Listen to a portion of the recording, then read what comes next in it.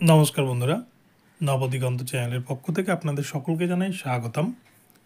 তো বন্ধুরা, এখন আমি আপনাদের সাথে যে আপডেটটি শেয়ার করতে চলেছি, এই আপডেটটি ভীষণ সেন্সিটিভ একটি আপডেট। 9533-এর যে প্যানেল দিয়েছে, এই প্যানেল নিয়েই কিন্তু এমন কিছু কথা বলবো আপনাদের, এমন কিছু বিষয় তুলে ধরবো, আপনারা এর সাথে কিন্তু বাস্তবের অনেক মিল পাবেন। এবং আমি আশা করছি যে আমি গ্যারান্টি সহকারে বলছি যে এই বিষয় নিয়ে এখনও পর্যন্ত কোনো ইউটিউবার কোনো ভিডিও করতে পারেনি, এই বিষয়টিকে সামনে আনতে পারেনি। তো নবদিগন্ত চ্যানেলের মাধ্যমে আপনাদেরকে আমি বিষয়টি তুলে ধরছি। বিশেষ করে যারা 2014 প্রাইমারি টেট পাস ক্যান্ডিডেট রয়েছেন, তাদের জন্য কিন্তু এই ভিডিওটি খুবই গুরুত্বপূর্ণ হতে চলেছে। আপনারা তো অনেকেই মনে করতে পারেন যে আমি পক্ষপাতিত্ব করছি, কিন্তু পক্ষপাতিত্ব নয়, যেটা সঠিক খবর সেই সঠিক বিষয়টাকে কিন্তু তুলে ধরাই আমার কাজ।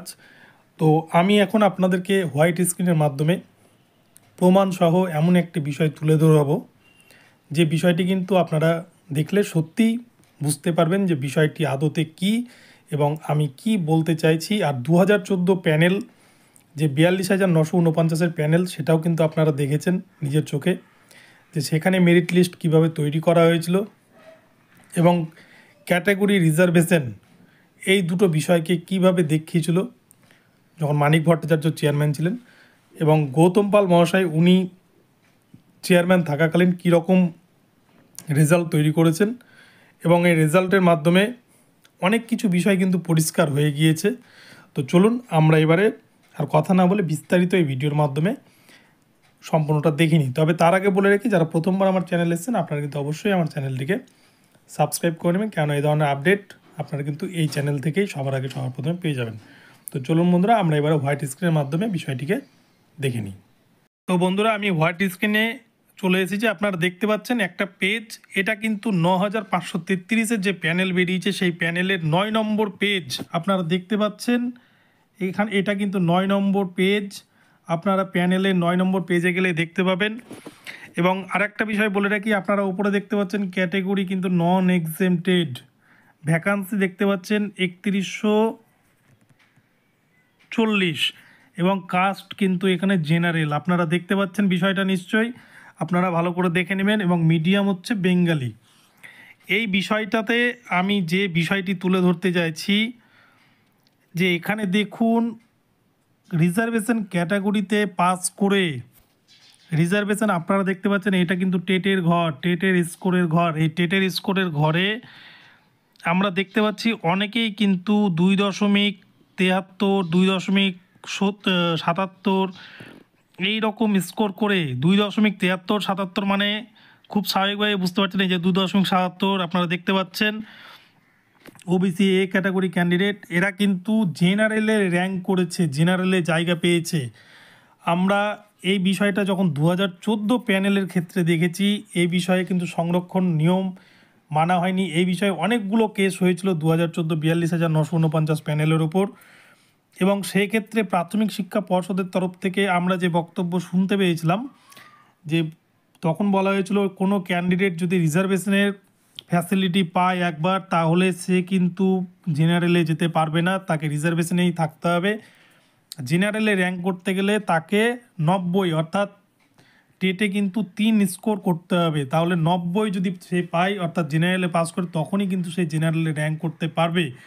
এমনটা কিন্তু প্রাথমিক শিক্ষা পর্ষদের তরফ থেকে আমরা জেনেছিলাম যখন 2014 প্যানেল হয়েছিল। কিন্তু এইখানে আমরা এই বিষয়টা কিন্তু দেখলাম পরিষ্কারভাবে যে কোনো ক্যান্ডিডেট, আপনারা কিন্তু এই 9533 প্যানেলের 9 নম্বর যে পেজ, সেই পেজে গেলেই আপনারা কিন্তু দেখতে পাবেন সবার প্রথমে যে জেনারেলের ক্যাটাগরি নন এক্সামটেড বেঙ্গালি জেনারেল ক্যাটাগরির যে 3140 জনের যে প্যানেল দেওয়া আছে, সেখানেই কিন্তু আপনারা এরকম অনেক প্রমাণ দেখতে পাবেন যে যেখানে 2.77 বা 2.73 এরকম ক্যান্ডিডেট পাওয়া কিন্তু এরা বর্তমানে জেনারেলে র্যাঙ্ক করেছে এবং এরা কিন্তু চাকরিও পেয়ে যাবে। তাই এই বিষয়টা কিন্তু আমি আপনাদের সামনে প্রকাশ্যে আনলাম, এটা সকলের জানাটা উচিত যে কীরকমভাবে মেধা তালিকা তৈরি হয়। আমাদের পর্ষদের সভাপতি গৌতম পাল মহাশয় উনি কিন্তু যথেষ্ট স্বচ্ছভাবে এই প্যানেলটাকে তৈরি করেছেন এবং সংবিধানের রুলস মোতাবেক যে নিয়মে চাকরির প্যানেল তৈরি হয় সেই নিয়মকে কিন্তু মেনেই তিনি এই প্যানেলকে তৈরি করেছেন। তো আরও একটা বিষয় আপনাদেরকে আমি বলে রাখি যে 2.73 যে ক্যান্ডিডেটটা পাচ্ছে তার যদি আপনারা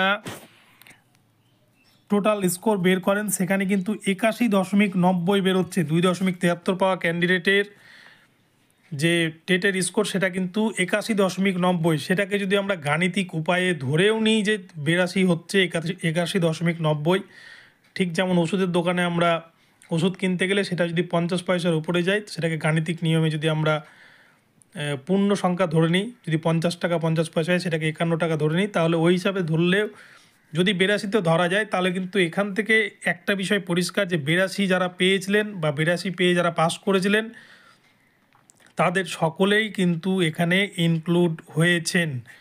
এখানে আরও একটি বিষয় আমি বলে রাখি, 2014 প্রাইমারি টেটের ওএমআর সিট পর্ষদের কাছে নেই। তারা বারংবার এটা নিয়ে কিন্তু কোর্টে জানিয়েছে এবং সিবিআই যে রিপোর্ট দিয়েছে যে ওড়িশার বালাসরে পেপার মিলে বিক্রি করে দেওয়া হয়েছে সমস্ত ওএমআর। তাহলে পরে যে 7,000 7,500 ক্যান্ডিডেট ওএমআর পুড়িয়ে দেওয়ার পরে যারা পাস করলো 2022 সালে, তারা কিন্তু এই মেরিট লিস্টে জায়গা পেয়েছে। তাহলে তাদের চাকরি কী হবে সেটাও কিন্তু ভবিষ্যতে একটা প্রশ্নচিহ্ন তৈরি করবে। আমি এই বিষয়টা আপনাদের সামনে তুলে ধরার চেষ্টা করছি। তো আপনাদের হয়তো অনেকেই এটা নিয়ে হয়তো বিরূপ বা নেগেটিভ মন্তব্য করতে পারেন, কিন্তু যেটা রিয়াল, যেটা বাস্তব, সেটাই কিন্তু আপনাদের সামনে তুলে ধরার চেষ্টা করছি। তো আশা করি আপনারা বিষয়টা বোঝার চেষ্টা করবেন। তো আপনাদেরকে আমি প্রমাণসহ কিন্তু দেখালাম যে 2014 প্রাইমারি প্যানেল কীরকমভাবে তৈরি করেছিল। আপনারা কিন্তু দেখেছেন সেখানে জেনারেল ক্যান্ডিডেটের থেকে ওবিসি বি ওবিসি এর র্যাঙ্ক কিন্তু অনেক হাই, এরকম বিষয় ঘটেছিল। সেখানে কিন্তু রিজার্ভেশনের মধ্যেই রেখে দিয়েছিল, তাদেরকে জেনারেলের মধ্যে কনভার্ট করা হয়েছিল কিছু মুষ্টিমেয় ক্যান্ডিডেটকে।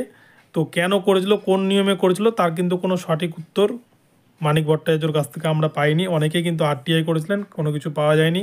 কলকাতা হাইকোর্টে এই মামলাগুলো কিন্তু বর্তমানেও বিচারাধীন অবস্থায় রয়েছে।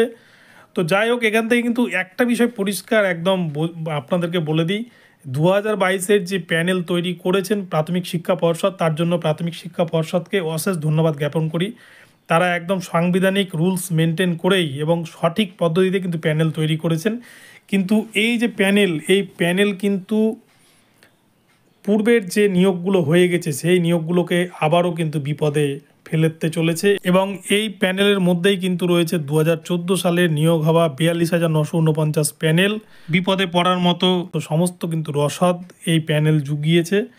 তো দেখা যাক এখন শেষ পর্যন্ত কি হয়। আপনাদেরকে বিষয়টা আমি তুলে ধরলাম। এবং 82 পাওয়ার যে বিষয়টা আপনারা কিন্তু ভালো করে খেয়াল করলে দেখবেন 2022 সালের নভেম্বর মাসে প্রাথমিক শিক্ষা পর্ষদ কোর্টের অর্ডার অনুযায়ী কিন্তু 82 পাওয়া পাসদের 2014 সালের যারা 82 পেয়ে পাস করেছিলেন সেই 7,500 মতো ক্যান্ডিডেটের কিন্তু রেজাল্ট 2022 সালে বেরিয়েছিল। 2014 প্রাইমারি টেট পাস হওয়া 82 পাওয়া ক্যান্ডিডেট, তাদের কিন্তু এখানে অনেকেই ইনক্লুড হয়েছেন। ফলে এই চাকরিগুলো কি হবে সেটা সময় বলবে, তবে এগুলো কিন্তু আবারও নতুন করে হয়তো চ্যালেঞ্জের মুখে পড়তে চলেছে।